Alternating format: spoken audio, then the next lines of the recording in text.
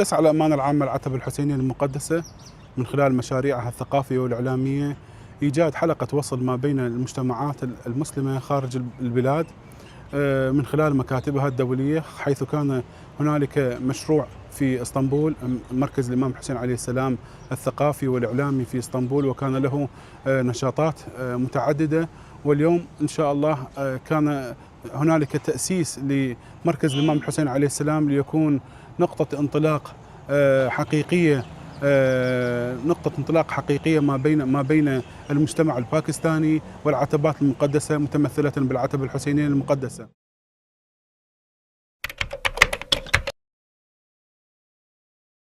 حيث يتبنى هذا المركز نشاطات ثقافية عامة، أولها هو التنسيق لإقامة نشاطات ثقافية متعددة وإحياء ذكرى أهل البيت سلام الله عليهم بالتعاون مع جامعة الكوثر هنا،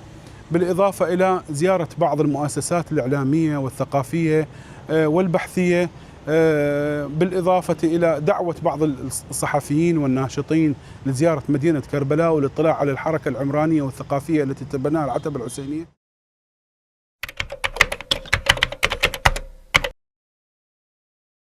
ومن مهام المركز أيضا هو الاستمرار بخيمة